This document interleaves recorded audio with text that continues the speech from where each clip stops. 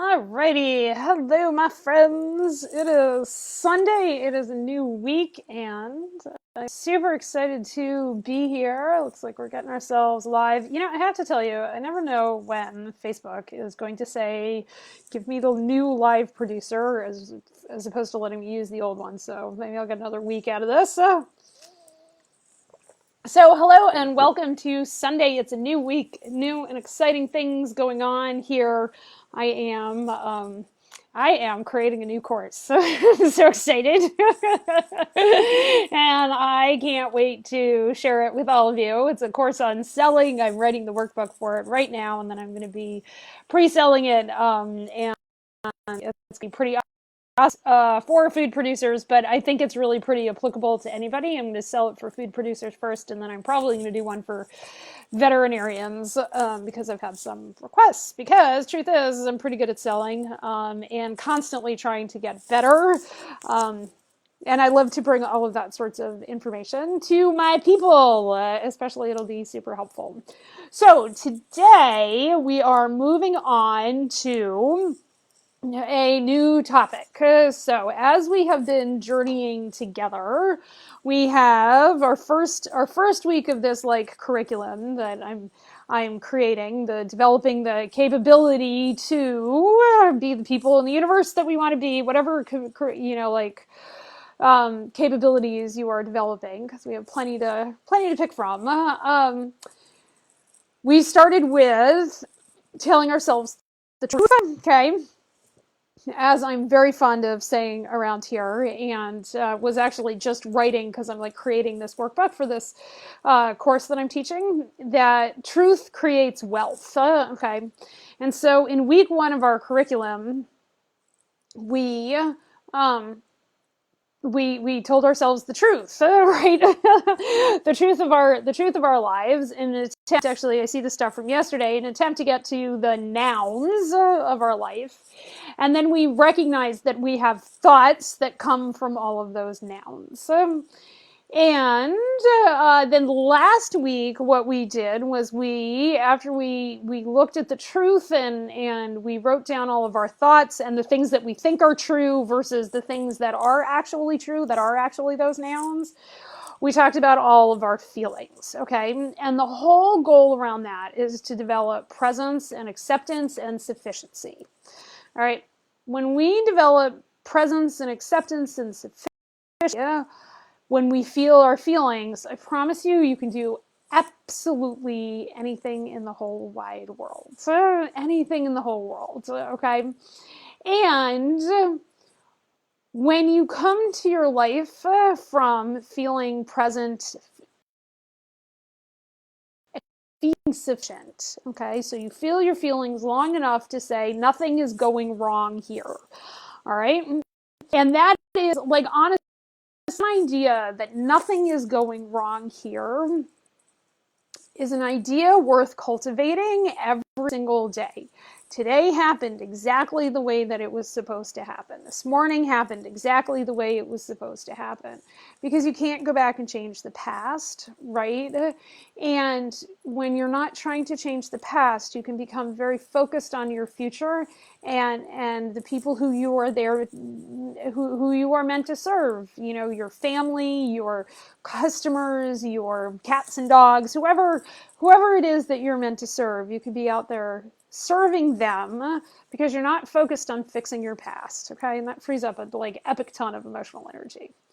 And so today, now that we understand, how we have the capacity to have the stuff in our life, okay? And we did that last week, and we did that by feeling our feelings and understanding that our feelings are just there. They are not right. They are not wrong. They are just there, and they are there because of thoughts that we've created in our mind. This week, we're going to talk about how to want what we want, okay? And today I'm going to talk about it in pretty general sorts of terms, and then we're going to dive very specifically into it around all of the topics that we talk about. So on Mondays we talk about weight and food, and on Tuesdays we talk about alcohol and doing things things we do instead of work. And on Wednesdays, we talk about work. And on Thursdays, we do incoming money. Fridays is outgoing money. And Saturdays is relationships. Okay, and this is a really fun week because we get to think about what we want in the world. And it was interesting when I was first starting my coaching journey. And I so clearly remember I was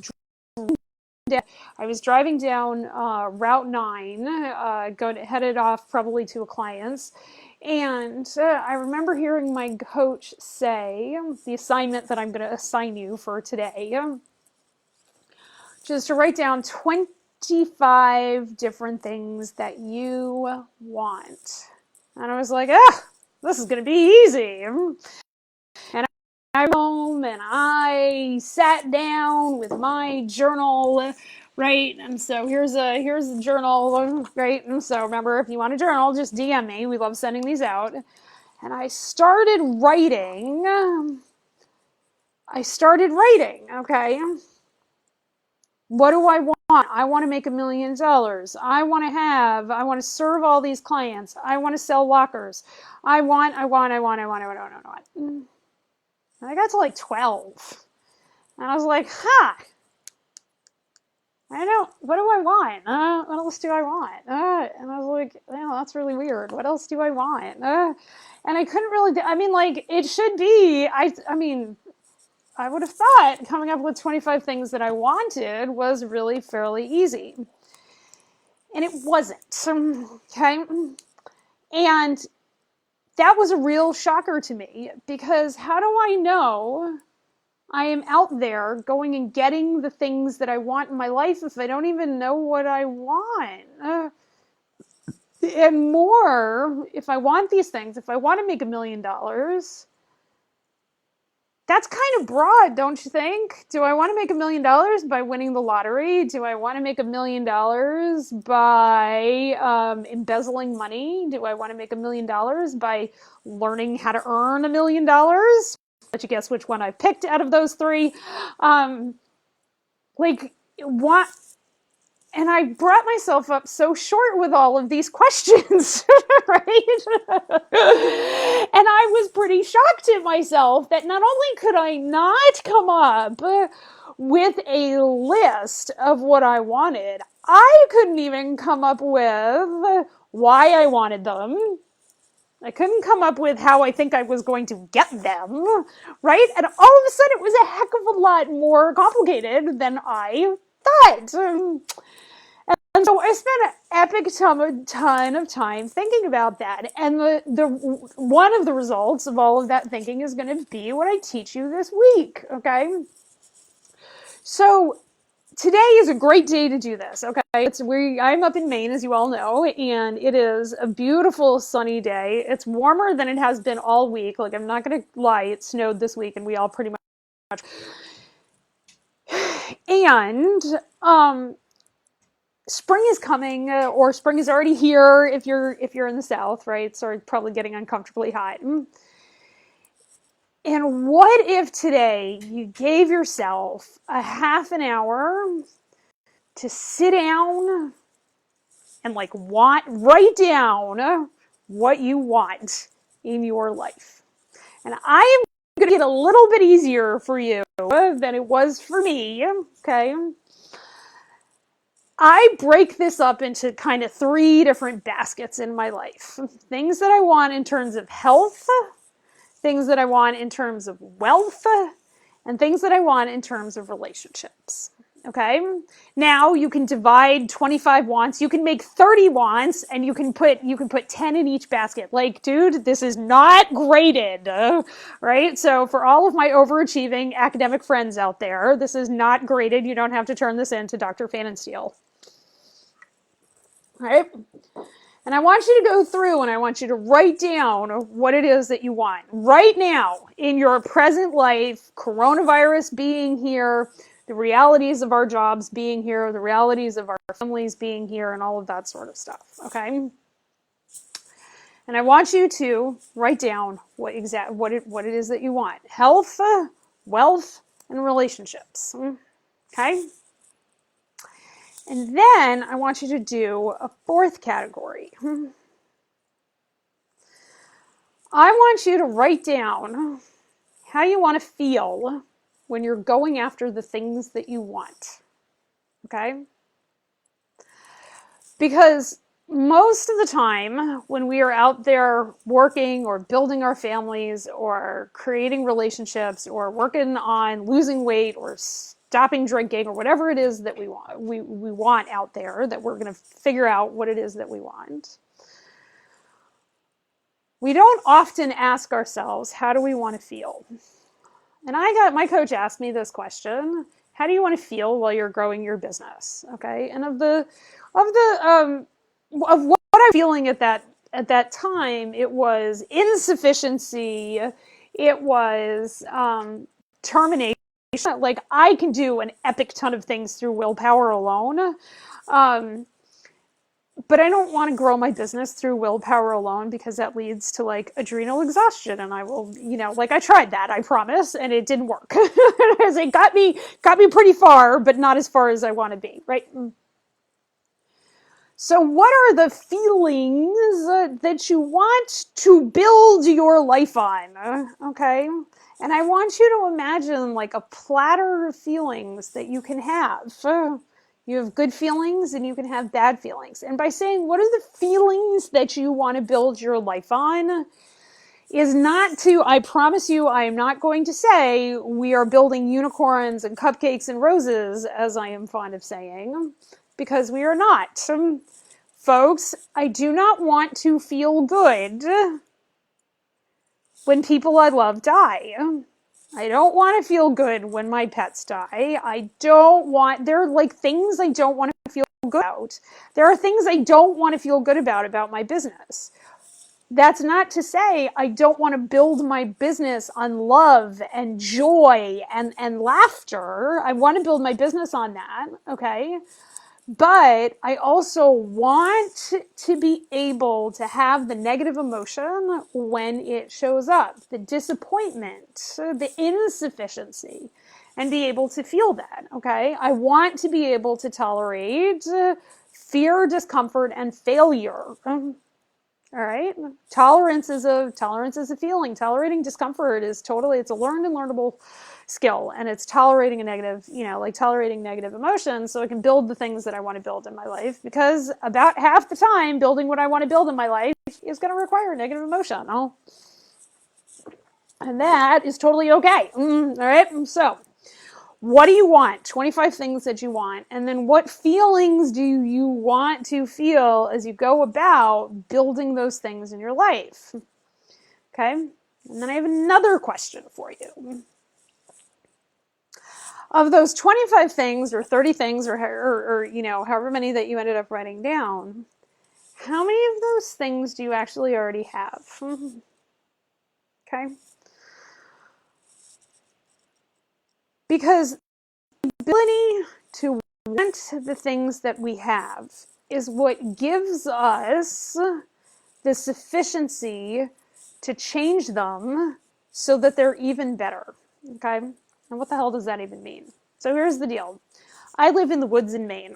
Okay? Before I lived in the woods in Maine, I lived in a suburb in not really northern New Jersey, but like the northernmost shore counties in New Jersey. We lived in Freehold. We lived in the borough of Freehold. So my hometown by Bruce Springsteen. That's Bruce Springsteen's hometown, right? And I used to get Down East magazine, and I remember I would be sitting there and I'd be nursing one of my kids or having somebody fall asleep on me, reading Down East magazine.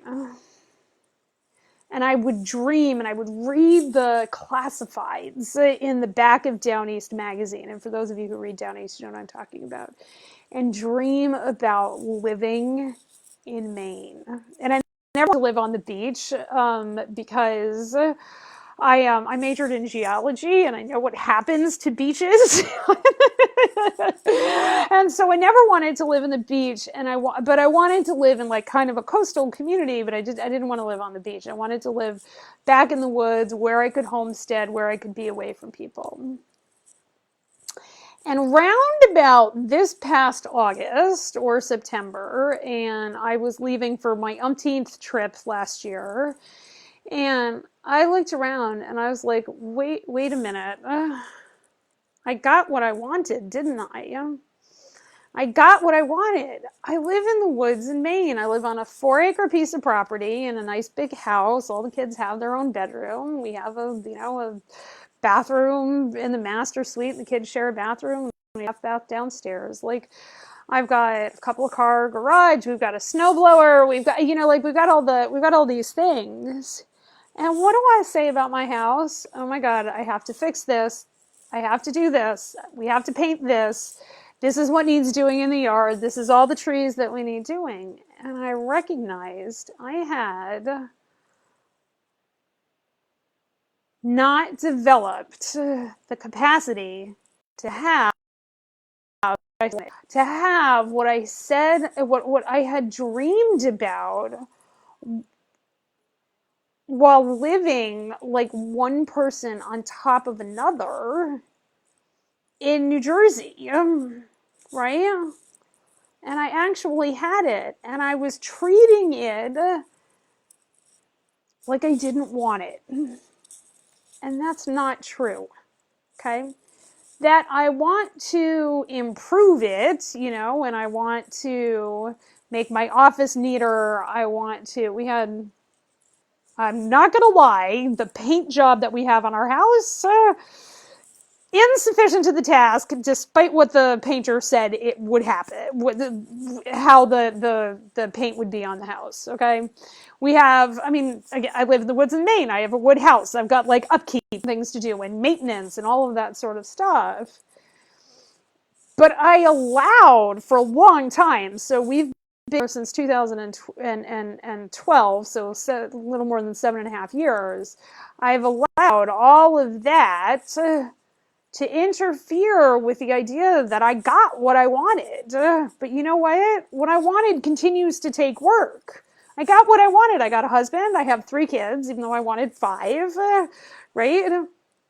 And the husband and the 3 kids, those relationships, they take work. And I think a lot of times we mistake that when we get what we want and we're not 100% happy, something has gone wrong.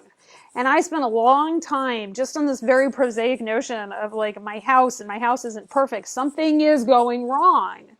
Nothing is going wrong. Nothing is going wrong. Even when you arrive at your destination of getting what you want, it isn't all unicorns and roses. And I have to tell you that right now, because the purpose of all of this sort of stuff is to understand that it's not that life is better in the future and long hair and harps and long flowing white robes and building what I call the future perfect tense.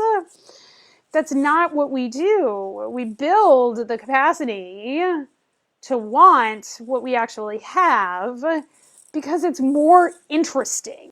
We build it intention, and we have more fun, and we're able to understand when the negative emotions come that nothing is going wrong and they're not as bad. Okay?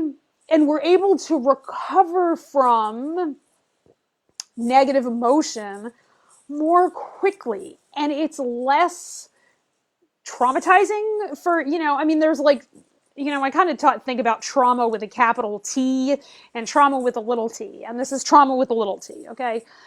Negative emotion is less traumatizing, and we don't use our negative emotions to reinforce the information superhighway of we're no good in our brain, right? When we figure out how to want what we have and negative emotion comes up, we say, oh, it's just kind of part of life. And for a lot of things, we all know that. But when we're in the middle of the intensity of it, it doesn't often feel like we know that, okay? And that happens. And that just happens, and nothing is going wrong. And so when we talk about developing the capability to want what we want, it actually truly goes hand in hand with what we talked about last week around our feelings and having what we actually have. Because when you have what you have and you want what you have, you can develop new things in your life from a place of deciding how you want to feel about it. Right? And imagine if you could create new things in your life, deciding on a feeling of joy and love and wealth and prosperity and all, like all sorts of super positive emotions. And know that the negative emotions are coming along for the ride and that they'll be there, and that's what it is to be human. That would be amazing, wouldn't it?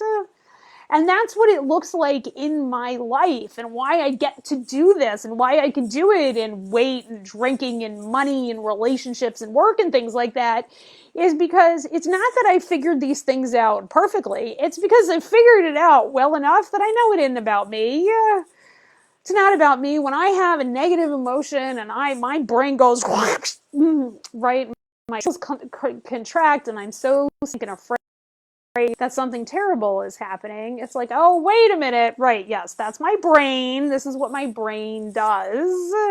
Okay, when I am afraid. Okay, and so to end today, I want to take you through like a meditation that I have figured out, that I've pulled together from a whole bunch of different places. And I have to say, one of the things that I decided I wanted several years ago was I wanted to learn how to meditate. And the more I figured out how to meditate, the more I decided that this was a really good practice, not because I am a naturally calm and meditative person, and I think everybody who knows me knows that I really am not, but it's because it's the whenever you meditate, whenever you decide to still your mind, it's totally okay for your mind to go off into left field.